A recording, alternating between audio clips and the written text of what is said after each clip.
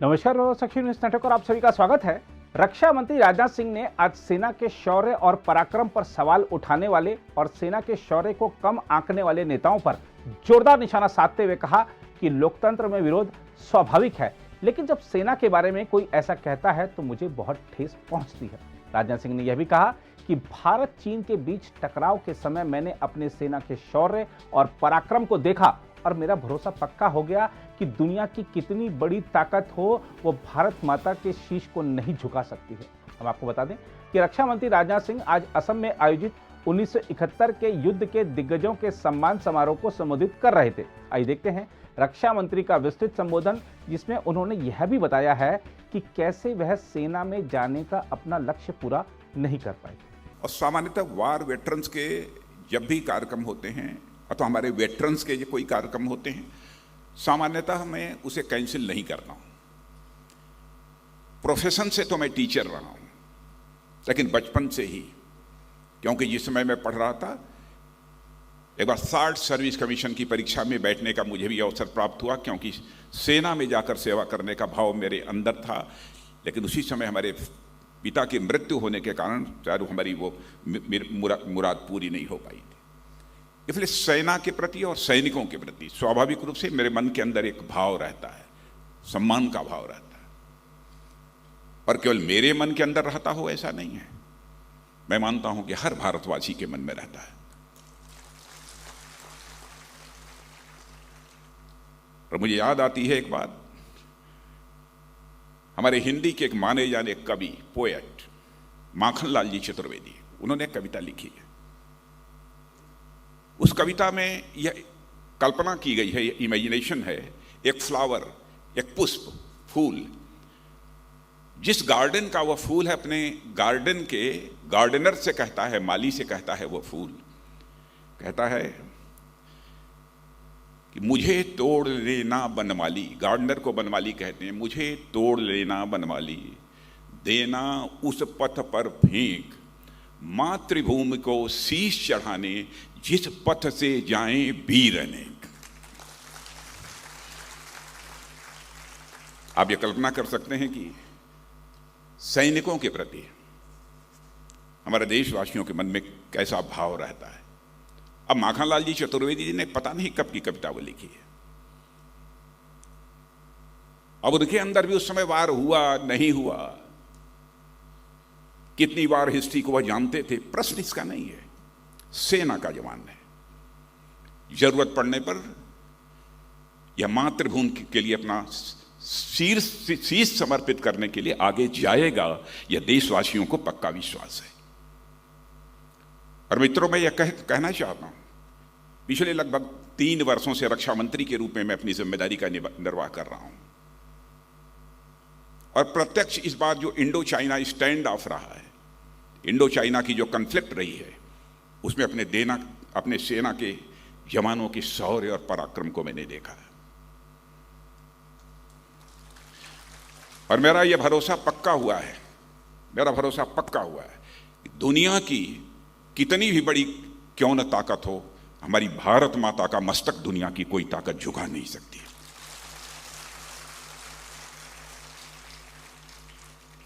Democracy में विरोधी दल भी होते हैं। मैं सभी विरोधी दलों पर कोई आरोप नहीं लगाना चाहता, लेकिन कुछ लोग ऐसे होते हैं कि जब कभी कुछ ऐसी बातें बोल देते हैं जिससे लगता है कि कहीं ना कहीं हमारे देश की सेना के जवानों के शौर्य और पराक्रम को छोटा करके देखने की कोशिश की जा रही है, तो उस समय सदमा पहुंचता है, ठेस पहुंचती है। मैं गवाह हूं इस बात का, रक्षा मंत्री होने के नाते मैं कहना चाहता हूं, आर्मी चीफ बराबर हमारी बात होती रही है, तीनों हमारे सर्विसेज के चीफ से हमारी लगातार बातचीत होती रही है। क्या डेवलपमेंट चल रहे हैं सीमा के ऊपर, एक एक चीज की जानकारी मुझे प्रतिदिन होती थी। मुझे जो कहना चाहिए मैं कहता था, उन्हें जो करना चाहिए वह करते थे। लेकिन इतना मैं देशवासियों से कहना चाहता हूं इस फोरम से कि हमारे देश की सेना के जवानों ने, तीनों सर्विसेज के जवानों ने हमारे भारत माता का मस्तक ऊंचा किया है।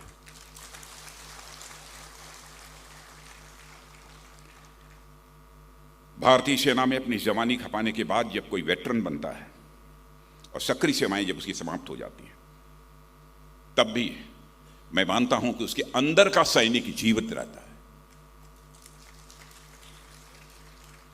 अब मैं ये बोलते हुए लेफ्टिनेंट कर्नल काजी सज्जाद जहीर को मैं देख रहा था, तो मैं देख रहा था तेवर है, और इस उम्र में रिटायर होने के बाद भी एक तेवर है, और साथ ही साथ मिस्टर सज्जाद के आंखों में चमक भी है।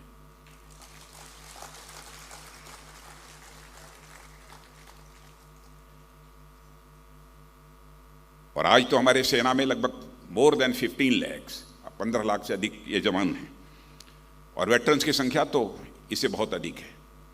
अच्छा, मुझे जानकारी नहीं थी कि हमारे नॉर्थ ईस्ट में इतने ज़्यादा वेटरन्स हैं। मुझे बताया गया कि अप्रॉक्सीमेटली 40,000, 38 to 40,000 ये हमारे वेटरन्स नॉर्थ ईस्ट में है। यानी बड़ी संख्या में नॉर्थ ईस्ट से लोग सेना में देश सेवा के लिए अपना जीवन समर्पित करने के लिए जाते हैं, भाग लेते हैं। बहुत बड़ी बात है, और मेरा पूरा विश्वास है कि यदि सक्रिय सैनिक भारत की ताकत हैं, तो वहीं पर हमारे जो वेटरन्स बैठे हैं, हमारी जो वीर नारियां हैं, आप हमारी इंस्पिरेशन है, आप हमारी प्रेरणा है। यह हमारा सौभाग्य ही नहीं तो इसे और क्या कहा जाए कि हमारे पास कारगिल की लड़ाई लड़ने वाले वीर सैनिक यहां पर मेरी आंखों के सामने प्रत्यक्ष बैठे हुए हैं 1971 के। तो 1965 की लड़ाई लड़ने वाले भी लोग मुझे बताया गया है कि इस कार्यक्रम में मौजूद हैं। देश की आन बान शान के लिए इन्होंने अपना सर्वस्व न्यौछावर कर दिया है। पिछले दिनों, आज के लगभग 15-20 दिन पहले, जो भारत के डिफेंस सेक्रेटरी रहे हैं बोरा साहब, और हमारे जम्मू कश्मीर के गवर्नर भी रहे हैं, उन्होंने मुझे एक कार्यक्रम में आमंत्रित किया। एक पुस्तक का वहां पर विमोचन करना था। मैं उस पुस्तक का विमोचन करने वहां पहुंचा। स्वाभाविक है, जब सेना से संबंधित कोई काम होता है तो मैं समय निकालकर वहां पहुंचने की कोशिश करता हूं, और मैं गया। वहां पर 1971 की वार में बढ़-चढ़ कर हिस्सा लेने वाले एक जनरल एस.एस. मेहता थे। बहनों भाइयों, जनरल एस.एस. मेहता को लगभग 83 या 84 की एज हो गई होगी। जब खड़े हुए बोलने के लिए तो शरीर भी 83-84 की एज में परमात्मा ने बना रखा है। हमारी भी शरीर थी, लेकिन वैसी नहीं है, लेकिन उनकी थी। मैंने कहा 83-84 की एज में। बहनों भाइयों, बोलते समय जब उनका तेवर देखा और उनकी बॉडी लैंग्वेज हमने देखी, मैंने कहा हाँ, क्या भगवान ने बनाया है। जब 83-84 की एज में यह तेवर, यह बॉडी लैंग्वेज है, तो 71 में कैसा रहा होगा।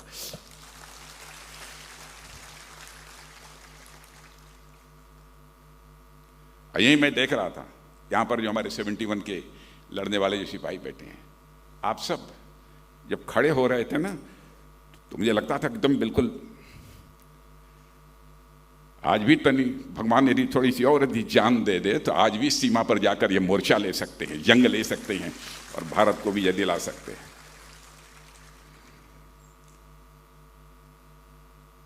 भारत इनक्रेडिबल भारत है, अजेय भारत है। और भारत यदि इनक्रेडिबल है, भारत यदि अजेय है, तो भारत की आर्मी भी इनक्रेडिबल है, भारत की सेना भी हमारी अजेय है।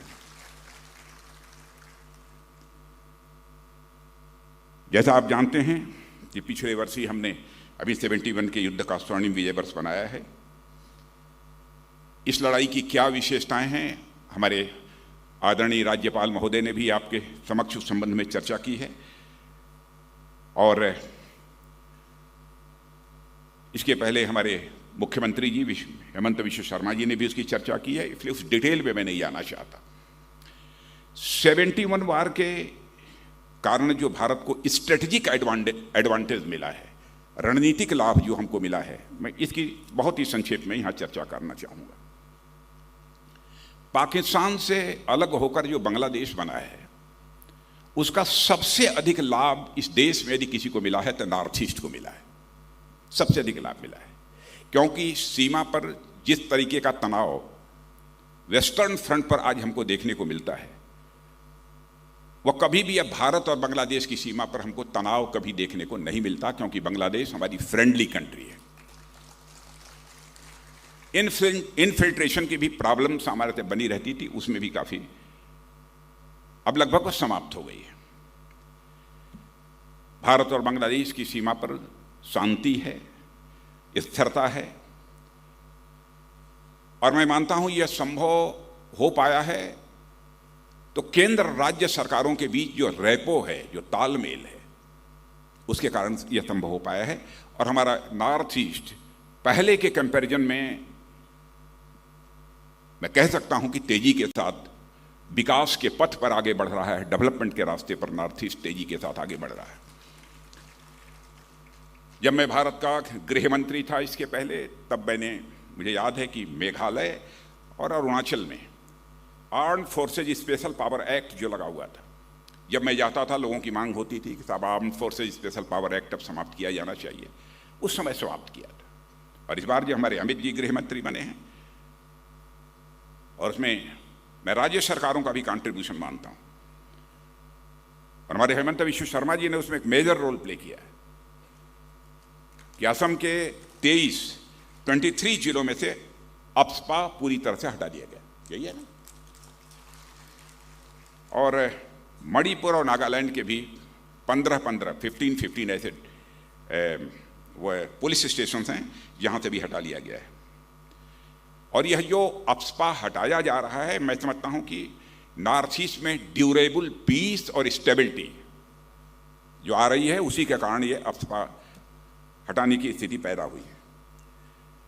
और इसलिए इसके लिए मैं नॉर्थ ईस्ट के मुख्यमंत्रियों की जितने भी सराहना की जाए कम है, और उसमें हमारे हेमंत विश्व शर्मा जी ने बहुत ही लीडिंग रोल प्ले किया है। मैं जानता हूं, कभी मैं क्षेत्रों में जाता था तो लोग जैसे लगता था, कुछ लोगों का परसेप्शन बन गया था कि सेना चाहती है, आर्मी चाहती है कि arm forces special power act यह बिल्कुल इम्पोज्ड रहना चाहिए। लेकिन मैं साफ बतलाना चाहता हूं, हमारी आर्मी नहीं चाहती है कि अप्सपा लगे। इंटरनल सिक्योरिटी देखना यह आर्मी का काम नहीं है, यह स्टेट पुलिस देखती है, और हमारी सेंट्रल पैरामिलिट्री फोर्सेस जो होती हैं वो जो है हमारी इंटरनल सिक्योरिटी का काम देखती हैं। सच्चाई यह है कि हमारी फोर्स, हमारी सर्विसेज तो ये चाहती हैं कि हमको इंटरनल सिक्योरिटी के मामले से जल्दी छुट्टी मिल जाए और देश की सीमाओं की रक्षा करने की जो हमारी जिम्मेदारी है, उस जिम्मेदारी का निर्वाह करते हैं। सेना यह चाहती है, लेकिन मैं जानता हूं कुछ लोगों की धारणा बनी है नहीं, सेना ही नहीं चाहती, इसलिए सेंट्रल गवर्नमेंट इस काम को नहीं करने दे रही है। और मैं आपको यह भी जानकारी देना चाहता हूं, जम्मू कश्मीर की हमारी आर्मी, हमारे तीनों सर्विसेज के लोग चाहते हैं कि जल्दी से जल्दी वहां पर arm forces special power act को समाप्त हो, ऐसे हालात पैदा हो। यदि arm forces special power act लगाना पड़ा है, लगा हुआ है, तो परिस्थितियां उसके लिए जिम्मेदार हैं, सेना के लोग उसके लिए जिम्मेदार नहीं है। देशवासियों को इस हकीकत को हमको समझना चाहिए। और मित्रों, मैं कह सकता हूं कि हम अपने प्रधानमंत्री मोदी जी के नेतृत्व में, चाहे एक्सटर्नल सिक्योरिटी का फ्रंट हो अथवा इंटरनल सिक्योरिटी का फ्रंट हो, दोनों दृष्टियों से हम सबको एक शानदार कामयाबी मिल रही है। हमारी सरकार की सोच साफ है। आपने देखा होगा, आतंकवाद से भी, आतंकवाद की सफाये पर हम लगे हुए हैं कि आतंकवाद का सफाया होना चाहिए, आतंकवाद मिटना चाहिए भारत की धरती से। और यह भी मैसेज देने में हमने कामयाबी हासिल की है। हम यहां पर तो आतंकवाद मिटाएंगे ही, यदि बाहर से उसे अंजाम दिया जाएगा तो उस धरती पर भी जाकर, सीमा के पार भी जाकर आतंकवाद के खिलाफ कार्रवाई करने में हम संकोच नहीं करेंगे। यह हमारा फर्म डिसीजन, फर्म एक्शन हमारी गवर्नमेंट का है। मैं यहां पर अपने बॉर्डर रोड ऑर्गेनाइजेशन की भी प्रशंसा करना चाहता हूं। सीमा के ऊपर इंफ्रास्ट्रक्चर डेवलपमेंट जिस तरीके से बॉर्डर रोड ऑर्गेनाइजेशन कर रहा है, उसकी सराहना की जानी चाहिए। अरुणाचल से लेकर लद्दाख तक सीमा पर इंफ्रास्ट्रक्चर पहले के कंपैरिजन में मजबूत हुआ है, लेकिन हम बहुत कुछ करने की जरूरत है। हमको अरुणाचल की सीमा पर भी करने की जरूरत है, और यकीन रखिएगा सारी प्लानिंग है, हम उसे मजबूत बनाएंगे, मजबूत बनाएंगे। और एक से एक काम बॉर्डर सिक्योरिटी की दृष्टि से, बॉर्डर पर इंफ्रास्ट्रक्चर डेवलपमेंट की दृष्टि से हम लोगों ने किया है। अटल टनल का नाम आपने सुना होगा, यानी लगभग 10,000 फीट की ऊंचाई पर, 9,500 10,000 फीट की ऊंचाई पर है। उसका हमारे लिए स्ट्रेटेजिक इंपॉर्टेंस है। उस टनल का भी वो प्रोजेक्ट पूरा हो गया और हमारे प्रधानमंत्री मोदी जी ने उसका उद्घाटन भी कर दिया है। वैसे ही अरुणाचल प्रदेश में सेला टनल, इस प्रोजेक्ट का भी काम चल रहा है और यह काम भी जल्दी पूरा होगा। और सेला टनल बन जाने से तवांग जाने का यह रास्ता पहले के कंपैरिजन में 1 घंटा कम समय लगेगा, 1 घंटा कम समय लगेगा। और इसकी चर्चा मैं इसलिए कर रहा हूं कि सीमाओं पर इंफ्रास्ट्रक्चर डेवलप इसलिए किया जाना चाहिए कि हमारी डिफेंस प्रिपेयर्डनेस के लिए, हमारी रक्षा तैयारियों के लिए आवश्यक है, इसलिए मैंने इसकी चर्चा की है। और मैं आपको आश्वस्त करना चाहता हूं कि हर सूरत में हमारे देश का मान, सम्मान और स्वाभिमान ये सुरक्षित रहेगा। हम देश के मान, सम्मान, स्वाभिमान के साथ हम न तो हमारे प्रधानमंत्री न हमारी सरकार किसी भी सूरत में समझौता नहीं करेगी। मैं इस देशवासियों को पूरी तरह से विश्वास दिलाना चाहता हूं। मित्रों, जब आज इन वीर नारियों और इन वेटरन्स के बीच में उपस्थित हूं तो मुझे सचमुच एक आत्मिक सुख मिल रहा है। पुण्य कमाने की दृष्टि से नहीं है, पुण्य कमाने की दृष्टि से तो बहुत सारे काम किए जाते हैं, जो इच्छा नहीं होती तब भी काम किया जाता है। लेकिन यहां आकर इन वीर नारियों को देखकर और अपने इन वेटरन्स को, एक 71 के वेटरन्स को देखकर मुझे आत्मिक सुख की अनुभूति हुई है।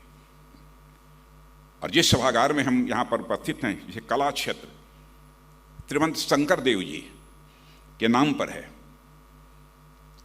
और मुझसे अधिक अच्छी तरह आप जानते होंगे कि 15th और 16th सेंचुरी में जब हमारा पूरा समाज धार्मिक पाखंडों के कारण आपस में बटा हुआ था, उस समय हमारे श्रीमंत शंकर देव जी ने किस प्रकार की भूमिका निभाई थी और नव वैष्णव धर्म के माध्यम से प्रभु के प्रति भक्ति, एकता, मैत्री और मानवता का पाठ पढ़ाने का काम यदि किसी ने किया था तो श्रीमंत शंकर देव जी ने किया था। और एकता की यही भावना आगे चलकर ग्रेट मिलिट्री कमांडर, जिनके नाम से आप अच्छी तरह परिचित हैं, ललित बोरफुकन, उनके अंदर भी यही भाव दिखाई देता है जो कि शंकर देव जी के अंदर था। पूरे समाज को एकत्रित करके सराय घाट के युद्ध में उन्होंने जिस शौर्य, साहस और पराक्रम का परिचय दिया था वह आज भी किया जाता है। और मैं समझता हूं कि आज जो यह बुक रिलीज हुई है इसमें उसकी चर्चा मुझे बताया गया है कि शायद है, या जो बुक रिलीज हुई है मुझे बताया गया है उसमें भी इस बात की चर्चा है। और मुझे लगता है कि वीरता और सामर्थ्य की वही गौरवशाली परंपरा आज भी असम की धरती पर देखी जा सकती है। नहीं बजी ताली, असम के लोग बैठे हैं, वही वीरता और सामर्थ्य कि वही गौरवशाली परंपरा आज असम की धरती पर भी देखी जा सकती है। असम के लोग भी बहादुर हैं। इसके साथ साथ संगीत और गायन की भी बड़ी यहाँ पर बहुत ही रिच ट्रेडिशन, एक बहुत ही समृद्ध परंपरा रही है। एक से एक साधक इस धरती पर पैदा हुए हैं। एक ऐसी असम की धरती है। भारत रत्न श्री गोपीनाथ बरदोली, साहित्य रथी श्री लक्ष्मीनाथ बेजबरुआ जैसे एक से एक महान व्यक्तित्व इस धरती ने दिए हैं। असम की धरती सचमुच अद्भुत है, जिन्होंने केवल असम का और भारत का नाम ही नहीं रोशन किया है बल्कि पूरी दुनिया में भारत का नाम रोशन किया है। यह सब ऐसी हस्तियां हैं। मां कामाख्या के मंदिर के बारे में तो मुझे कुछ कहने की जरूरत नहीं है। और मैं पुनः एक बार यहाँ के योग्य मुख्यमंत्री, कर्मठ मुख्यमंत्री, इमेजिनेटिव मुख्यमंत्री हेमंत बिश्व शर्मा को पुनः मैं बधाई देना चाहता हूँ। अल्प समय में जिस तरीके से असम का कम्प्रिहेंसिव डेवलपमेंट करने का, एक समग्र विकास करने का जो सिलसिला उन्होंने प्रारंभ किया, और समाज में हार्मोनी, समाज में समरसता, और 1971 के युद्ध से हमको प्रेरणा लेनी चाहिए। बहनों भाइयों, एक से एक कमांडर थे। मैं यहाँ पर सबका नाम बहुत विस्तार में जाकर लेने की मैं आवश्यकता नहीं समझता हूँ। भिन्न भिन्न जातियों को, भिन्न भिन्न मजहब के लोग थे, बहुत डिफरेंट रिलीजन्स के, सबने एकजुट होकर भारत माता की रक्षा की है। असम की यह सोशल हार्मनी किसी भी सूरत में टूटनी नहीं चाहिए। यह हर बच्चे की जिम्मेदारी बनती है जो कि असम की धरती पर खेल कूद कर बड़ा हुआ है और असमिया माँ की कोख से पैदा हुआ है। सोशल हार्मनी किसी भी सूरत में इस देश की टूटनी नहीं चाहिए। मैं आप सभी लोगों से यह मैं अपील करना चाहता हूं।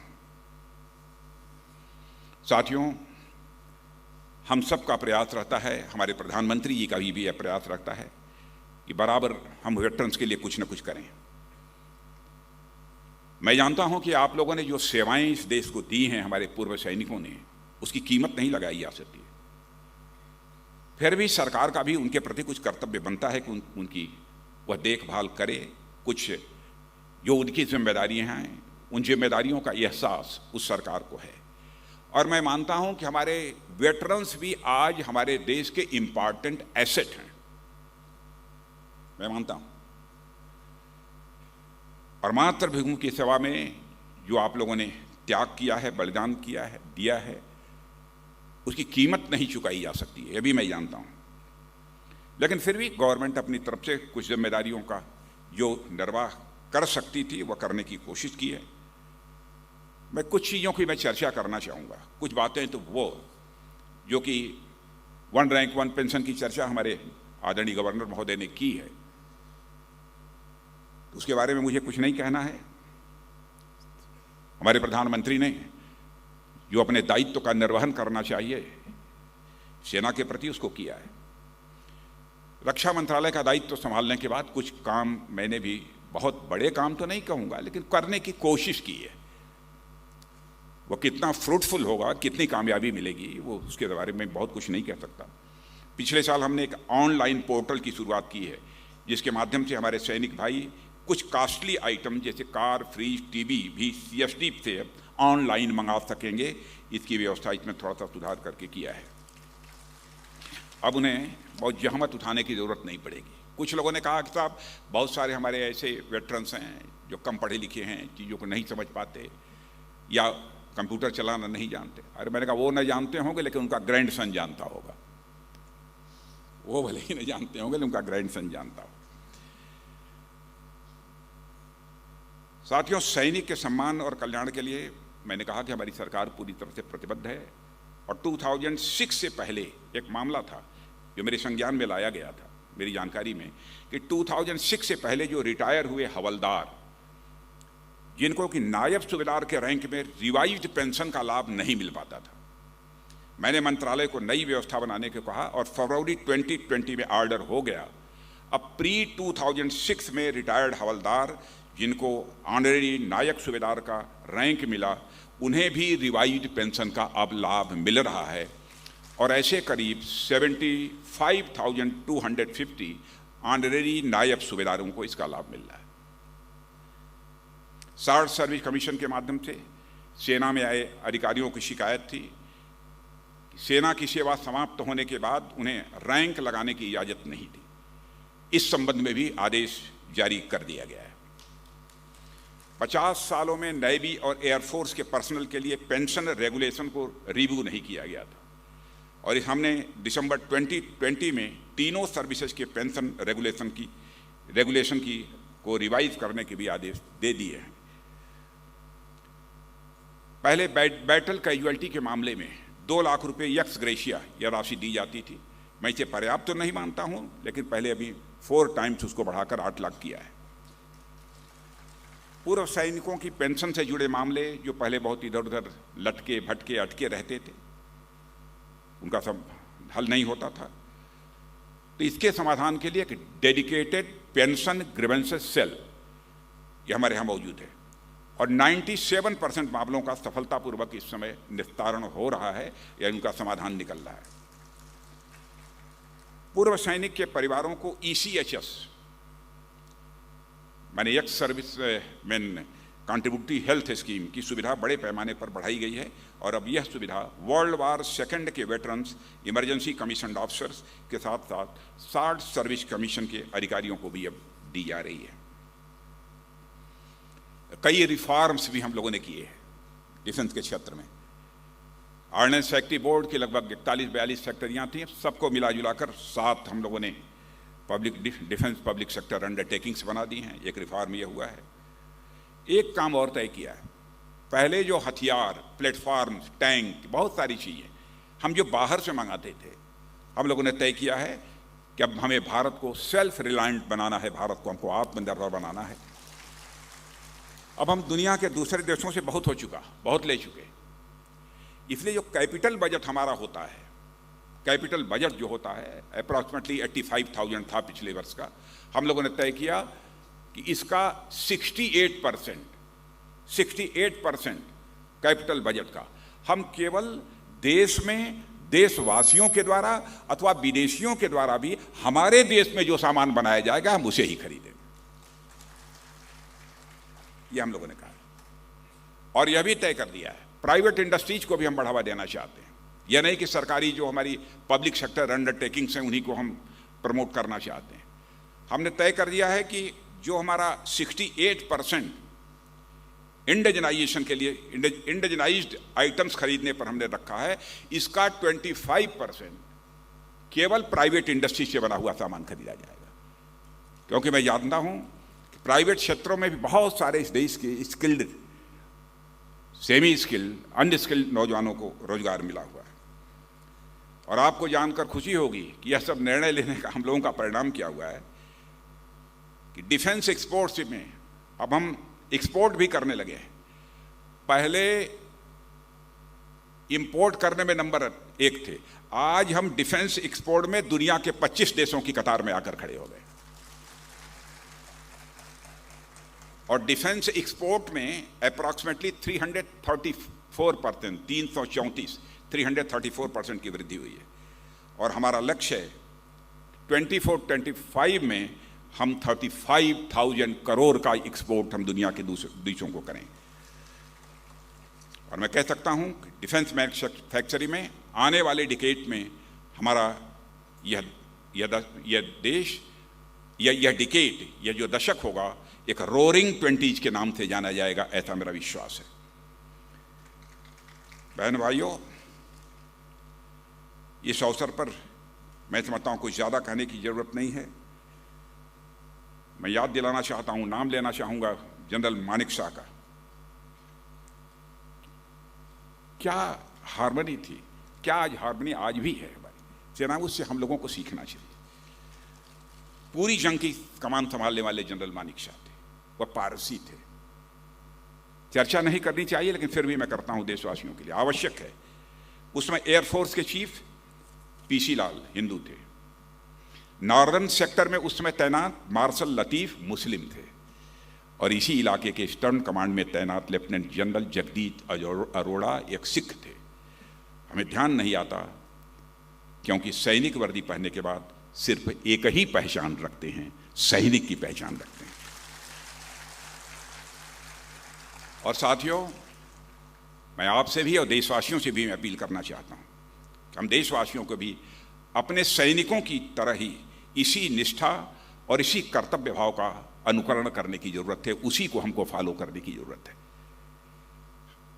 हम सबको अपने देश के एक ईमानदार सैनिक के रूप में भी अपनी भूमिका का निर्वाह करने की आवश्यकता है। आज हमारे देश की सीमा को सुरक्षित रखने की जिम्मेदारी हमारे देश के सैनिक निभा रहे हैं, लेकिन इस देश की एकता, अखंडता और भाईचारा यानी ब्रदरहुड को बनाए रखने की जिम्मेदारी यदि किसी के ऊपर है तो हमारे और आपके ऊपर है। सीमाओं की रक्षा तो वह कर रहे हैं, लेकिन ब्रदरहुड, एकता, अखंडता और भाईचारे को बनाकर रखने की जिम्मेदारी यदि किसी की है, हमारी और आपकी है। हमें अपनी भी जिम्मेदारी को समझना पड़ेगा। अंत में और कुछ न कहते हुए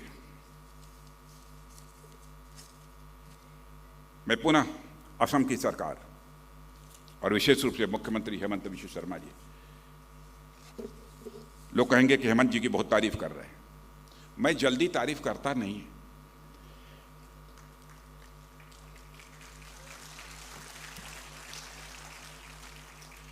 माने यू कंपेल्ड मी टू तारीफ। तारीफ करने के लिए मजबूर कर दिया है। और मैं समझता हूं कि जो कुछ भी असम की सरकार ने हेमंत बिश्व शर्मा के नेतृत्व में किया है, इसको हिंदुस्तान के अन्य राज्यों के लोग भी इसे फॉलो करेंगे, मेरा विश्वास है। इस अवसर पर ज्यादा कुछ न कहते हुए 1971 वार और उसके बाद जितने भी वार हुए हैं, जो भी हमारे शहीद हुए हैं, हृदय से उनके प्रति श्रद्धांजलि अर्पित करता हूं। और जो वेटरन हैं इस समय, उनके प्रति मैं सम्मान व्यक्त करता हूं। और हमारे 1971 वार की जो वीर नारियां और वीर पुरुष यहाँ पर वेटरन्स हमारे मौजूद हैं, पुनः शीश झुकाकर आप सभी के प्रति सम्मान और आदर व्यक्त करते हुए यहीं पर अपना निवेदन समाप्त करता हूं। अगर आप भी लेना चाहते हैं देश दुनिया की तमाम जानकारी, तो आज ही सब्सक्राइब करें हमारे चैनल को। साथ ही नीचे दिए बेल आइकन को जरूर दबाएं ताकि हर अपडेट आप तक पहुंच सके।